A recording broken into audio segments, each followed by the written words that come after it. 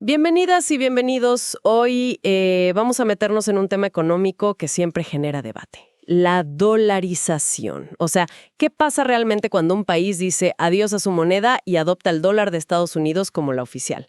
Vamos a revisar qué dicen los estudios, la información que hay sobre las experiencias de distintos países.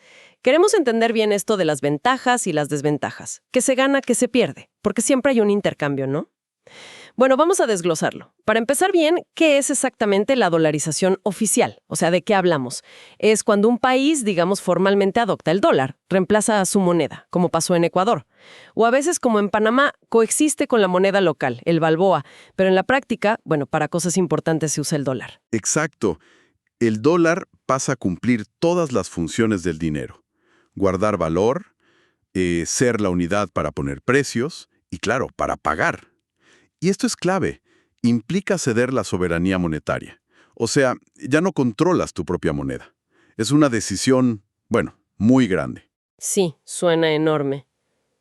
¿Y por qué un país haría algo así? Parece que hay distintos caminos, ¿no?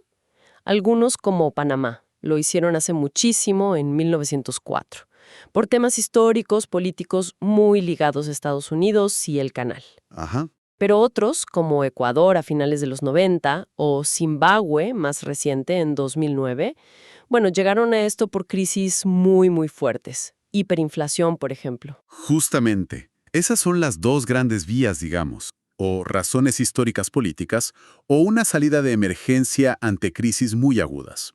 También influyen otras cosas, ¿eh? La globalización, buscar estabilidad sí o sí porque las devaluaciones son tremendas, y está eso que llaman la Trinidad imposible. La idea de que no puedes tener a la vez tipo de cambio fijo, capitales que entran y salen libremente y además manejar tu propia política monetaria. Tienes que elegir. Entiendo. Al dolarizar, fijas el tipo de cambio al dólar y generalmente dejas que los capitales se muevan. Entonces, pues renuncias a manejar tus tasas de interés, a devaluar. Básicamente intentas como importar la credibilidad de la Reserva Federal de Estados Unidos.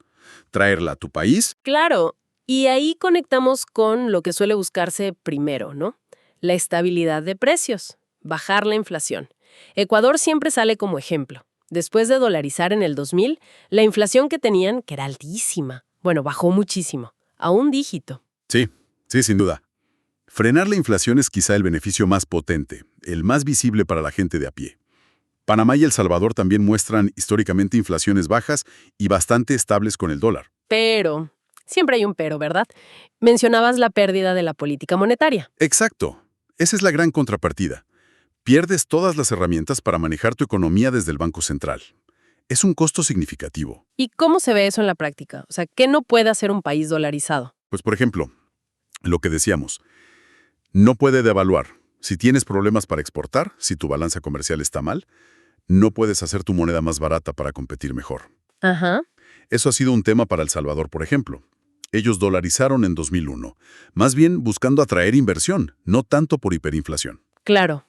Y tampoco puedes, digamos, bajar las tasas de interés para animar la economía si hay una recesión, si justo en ese momento la Reserva Federal de EU está subiendo las suyas. Quedas atado a lo que decidan en Washington, básicamente. Totalmente.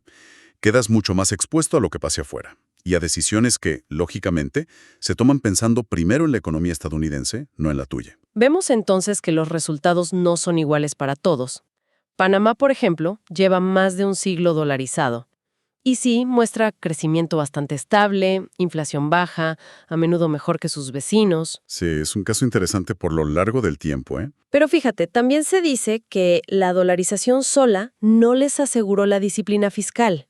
Han seguido teniendo problemas de presupuesto, de deuda. Ese es un punto fundamental. La dolarización no es una varita mágica para arreglar las cuentas fiscales.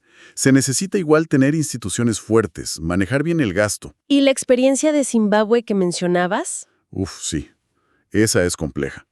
Pararon la hiperinflación galopante en 2009, eso sí. Pero luego, la falta de dólares físicos en la economía causó una recesión muy fuerte. Tuvieron que volver a introducir una moneda local y, bueno, la inflación volvió. O sea que no fue una solución permanente. No en ese caso. Demuestra que las condiciones de partida, la estructura económica del país, todo eso importa muchísimo. En Ecuador, por ejemplo, se logró la estabilidad de precios, sí. Pero el costo inicial fue alto, ¿eh? El tipo de cambio de 25,000 sucres por dólar pulverizó ahorros. Sí, eso fue muy sonado.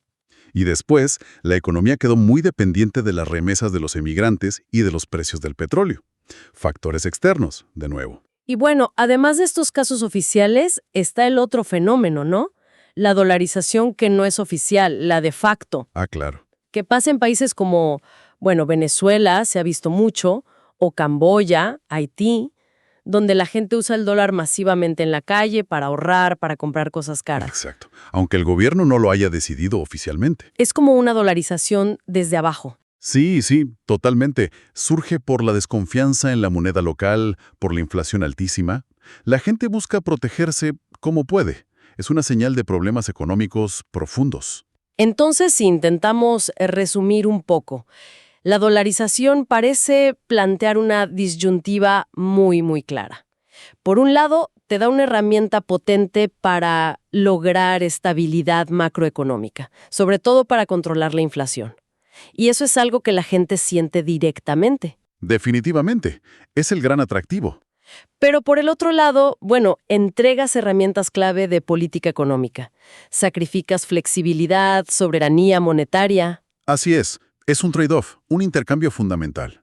Y las experiencias, como vimos, son muy diversas. Dependen muchísimo del contexto de cada país, de por qué lo hizo, de cómo era su economía antes. Y de sus instituciones también, parece. Absolutamente. Y esto nos deja pensando, ¿no? Más allá de si el objetivo inicial era parar la inflación o por lazos históricos, ¿qué condiciones internas de un país, la fortaleza de su manejo fiscal, si su economía produce distintas cosas o depende de una sola, si depende mucho de remesas, qué es lo que realmente decide si dolarizar lleva a una prosperidad que dure, o si solo te cambia un tipo de problema por otro, por una nueva vulnerabilidad a largo plazo? Es una pregunta clave, sin duda. Sí, es algo sobre lo que hay que seguir reflexionando, creo yo. No hay una respuesta única. Si te gustó, da like y suscríbete para más contenido como este.